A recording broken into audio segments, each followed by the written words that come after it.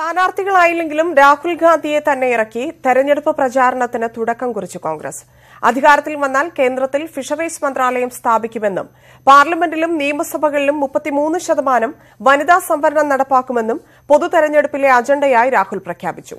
സംസ്ഥാനത്തിന് ആവശ്യം വന്നപ്പോൾ ഓടിയെത്തിയ മത്സ്യത്തൊഴിലാളികൾക്ക് പ്രതിസന്ധി ഉണ്ടായപ്പോൾ ആരുമുണ്ടായിരുന്നില്ലെന്നും തൃപ്രയാറിൽ ഫിഷർമെൻ പാർലമെന്റിൽ രാഹുൽ കുറ്റപ്പെടുത്തി.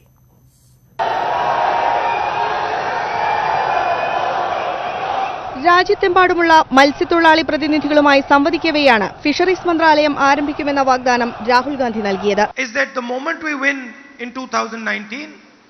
All the fishermen of this country will get their own dedicated ministry in Delhi. പ്രളയകാലത്ത് കേരളത്തിലെ മത്സ്യത്തൊഴിലാളികളുടെ രക്ഷാപ്രവർത്തനത്തെയും രാഹുൽ അഭിനന്ദിച്ചു.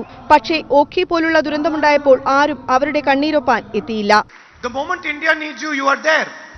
But the moment you need India, India is not there. അധികാരത്തിൽ വന്നാൽ പാർലമെന്റിലും നിയമസഭകളിലും 33% വനിതാ സംവരണം ഉറപ്പാക്കും. സർക്കാർ ഉദ്യോഗത്തിലും സംവരണമുണ്ടാകും. हम 2019 के बाद महिला रिजर्वेशन पार्लियामेंट और विधानसभा में करने जा रहे हैं.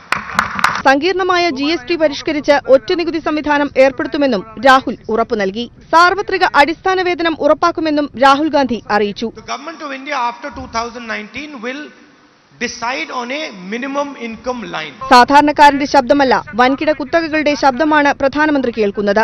കർഷകർ കടം കൊണ്ട് പൊറുതിമുട്ടുമ്പോൾ പ്രധാനമന്ത്രി അതിസമ്പന്നരുടെ കടം എഴുതിത്തള്ളുകയാണെന്നും രാഹുൽ ആരോപിച്ചു. സ്ഥാനാർത്ഥി നിർണയവും പ്രചാരണവും ആദ്യം നടത്തി ഇടതുമുന്നണി ബഹുദൂരം മുന്നോട്ടു പോയെങ്കിലും രാഹുൽ ഗാന്ധിയെ രംഗത്തിറക്കി മേൽക്കൈ നേടാൻ ശ്രമിക്കുകയാണ് കോൺഗ്രസ്.